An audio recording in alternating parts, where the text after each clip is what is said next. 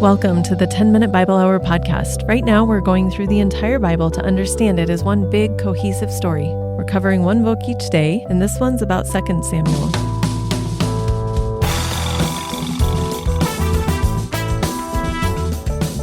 Hey everybody, it's Matt, and right off the top today, I need to answer a question that a lot of you have been asking me, and that is, who's the lady with the pretty voice at the beginning of the thing that says stuff about this 10-minute Bible hour, we're going to do the thing? Is that your wife? Yep, that's my wife. That's Camilla. She did that, and I do think she has a lovely voice, and I'm super grateful that she would grace my podcast with it, so I thought that was awesome. Thanks for asking about it. Last time around, we finished the mid-season finale of this dramatic series that, in the Bible they call 1 and 2 Samuel, but that really is just one season. It's just one book. It's just Samuel, but it had to get split in two, and as we discussed yesterday, they split it at a really good place, pacing-wise, because we come away with all of these questions. What's going to happen now that Saul, the first king of Israel, who looked pretty good at first and then totally went off the rails in his insecurity and his anger and his temper and his rage, now that he's dead by sort of his own hand, what do you call it when somebody falls on their own sword? By his own sword. Now that he's dead, well, what's going to happen? Is what's left of his household going to grab the throne? Well, that would be problematic because Samuel, the other big character in this book, he anointed David. God picked David, and David has done pretty much everything right in 1 Samuel. It seems like he's the rightful king, but there are going to be people who are loyal to Saul who are not going to want that. So what's going to happen in 2 Samuel? What's going to happen in the dramatic second half and final conclusion of this metaphorical premium television season here that we're calling 1 and 2 Samuel? The answer to that question is going to determine so much about where history is about to go coming out of this story. Well, as we suspected, there is immediately resistance to the idea of David becoming king, because whether you're talking about the Bible or any other time in history, those vacuums in power, they don't just sit there, and almost never does everybody see a scramble for power and then the guy in charge is dead and everybody's like, guys, be calm. I know lots of people have legitimate claims they feel to the throne, but let's just go with that guy. That would be right. It's just not usually what you get. There are exceptions, but this is not going to be one. Saul's household and Saul's allies, they are going to rally around their people to try to keep the throne in some sort of dynasty. It's going to take a little cobbling together in the name of Saul, and they're going to resist David. And so very quickly, these sides start to take shape. But even as a civil war is looming, and it's pretty obvious this is going to happen in chapter 1, David's first response is not to go and gear up for war. His first response is to grieve the death of Saul. And David uses one of his superpowers, which is the composition of verse, poetry, music, to write this beautiful lament in memory and out of respect for Saul. And that's at the end of 2 Samuel chapter 1.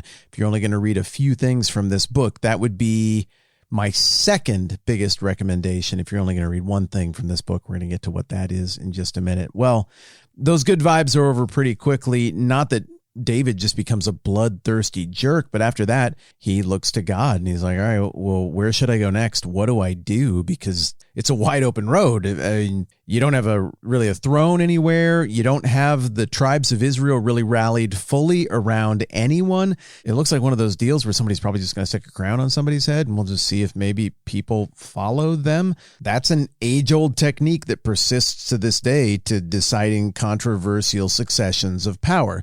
Well, even though when you think about the lineage of kings in what's called the unified kingdom of Israel here in the early days of the kingdom, you usually think, oh, Saul went first and then David. But there was a guy in between who kind of counts as king, even though he didn't have the support of everyone. And his name is Ishbosheth, and he is the son of Saul. He's a 40-year-old dude, and he's going to make this claim with Abner, the guy who's the military leader under Saul, propping him up. Well, in the early going, it looks like Abner, who represents House Saul, is going to try to work out some kind of trial by champions deal with Joab, who is the sworn sword of House David. And they, like 20 champions, think knights. And they're like, all right, we're just going to have them all fight and see what happens.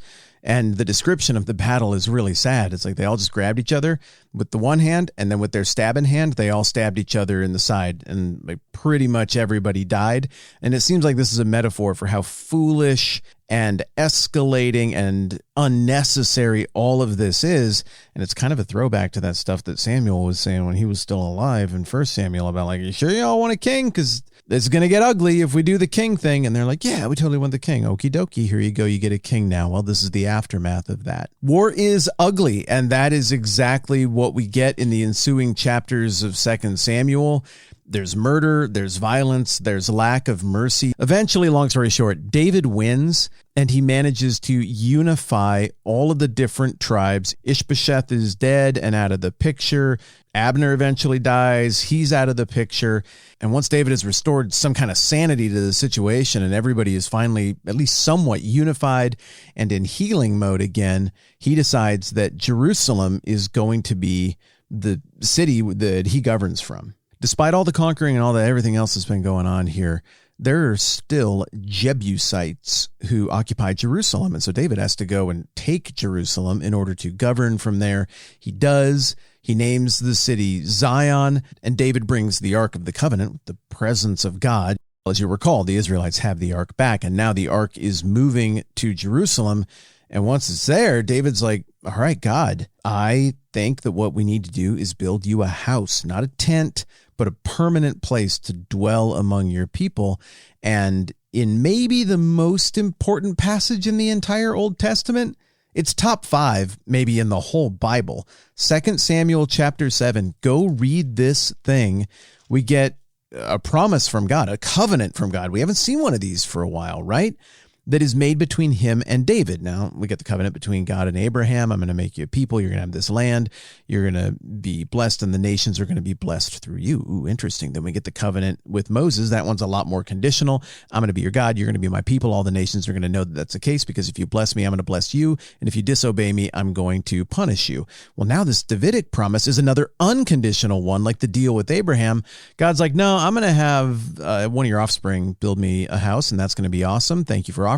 What we're going to do instead is I'm going to build something for you, and it's an eternal throne, an eternal kingdom with a great king who will one day come from your line and sit on this throne. Now, look, if you've been paying attention to what's been going on through all these books we've looked at so far, this sounds like a through line all the way back to that initial promise that God oddly makes to the snake. He tells the serpent, somebody's going to come along. You're going to strike at his heel, but he's going to crush your head, emblematic of the destruction of the curse that the serpent helped to initiate in the garden and that God is going about redeeming. We figured out that that character is going to come out of the line of Abraham. And then we started to get some hints that that redeemer, that snake crusher, that defeater of the curse was going to come out of the descendant of Abraham named Judah, despite all of Judah's weird flaws. And Ruth, the previous book, at least tonally, gave us a pretty big hint that that redeemer was going to come out of the line of Ruth and Boaz.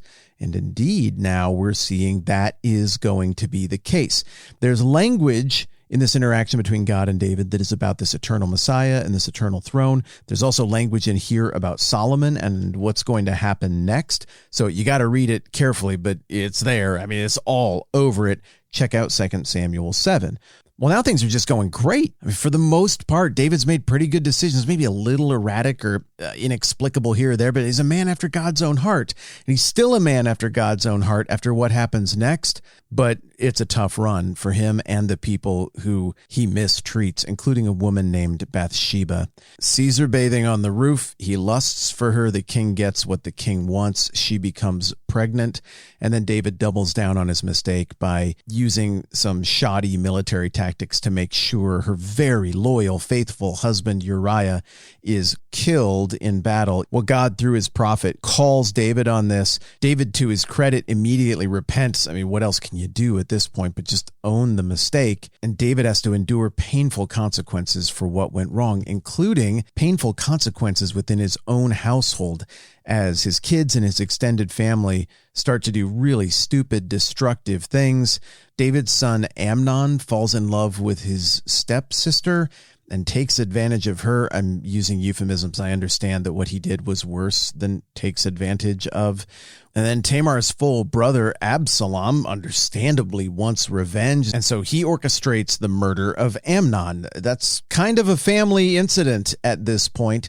And somehow that just opens Pandora's box. And now Absalom goes into full-on revolt and tries to overthrow and displace his father, David. And in this ugly, heartbreaking turn of events, David has to flee again. He's on the run. Surely he thought those days were behind him. David struggles to mount a defense against his own son. Absalom manages to take control of Jerusalem and govern from there. But then Absalom, who must have had amazing hair, is killed in a very memorable scene in 2 Samuel 18 when he's riding a donkey, but he rides it under some branches like something out of the Dukes of Hazzard, except instead of just getting knocked off his mule, his hair gets stuck in there. And that, of course, leaves him as a sitting duck for David's men, and they kill him. Then through an ugly, drawn-out, violent up-and-down process, David is ultimately reestablished as king and reigns out through the rest of his days and is even able to pass on the throne to his son Solomon, who we're going to talk about more later on. But in all of that, we get kind of an odd season finale between chapters 21 and 24 of 2 Samuel, because we get a bunch of details here that seem to be out of order in terms of the timeline.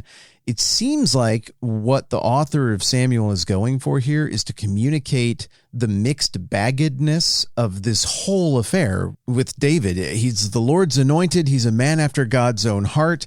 Every time he deviated from what God wanted him to do, he made absolute messes. And so what we see is both the beauty and the tragedy in the anecdotes included in these last few chapters. We see again David's artistry on display and his heart for the Lord. And then the final anecdote is David falling into a place of sin once again, where he counts on his own strength by taking a census God didn't want him to take, and then realizes he was wrong and humbles himself before God again, but not until a very significant punishment has been leveled against all of Israel. What we see coming out of the dramatic premium TV style season that is 1 and 2 Samuel is a clear promise that God is still in on the redemptive plan, and an unconditional promise that no matter how much David messes things up, God is going to establish this eternal kingdom with this eternal king who's going to reign forever and descend from David. So we come away feeling the frailty of humanity and the inability of humanity to get things right on their own. We come away with an answer to our question: will kings solve everything coming out of the era of the judges? Nope, they will not. But we can take hope in that God has promised that one day there will be a king, and that king is going to straighten things out. Now we're all curious about when that king's going to show up and what it's going to look like. And we'll move forward in the story more on that in 1 Kings next time around. I'm Matt. This is the 10-Minute Bible Hour podcast. Let's do this again soon. This podcast is supported by many of you at patreon.com/the TMBH podcast. We're grateful because it supports our family.